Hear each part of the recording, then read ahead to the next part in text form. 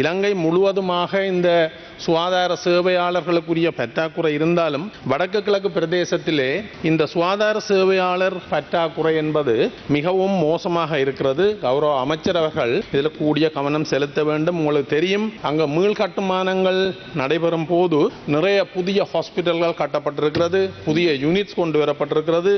ஆகவே அங்கு இந்த சுகாதார ஊழியர் பற்றாக்குறை என்பது மிகவும் கூடுதலாக இருக்கின்றது. ஆகவே இந்த வருடத்தில் இந்த அரசாங்கத்தை நான் உடனடியாக குறை சொல்ல முடியாது. நீங்கள் உங்களுக்கு போதிய காலம் வேண்டும்.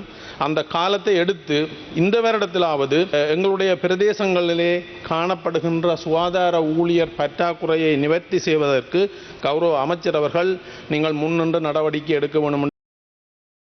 ஏறாவூர் வைத்தியசாலை ஆதார வைத்தியசாலையாக தரம் உயர்த்தப்பட்ட போதிலும் அது இன்னமுமே கிராமிய வைத்தியசாலைக்கான அடிப்படை வசதிகள் கூட இல்லாத ஒரு நிலைமைதான் காணப்படுகிறது. சுகாதார அமைச்சர் அவர்களே, அங்கே பல்வேறு ஆளணி பற்றாக்குறை காணப்படுகிறது.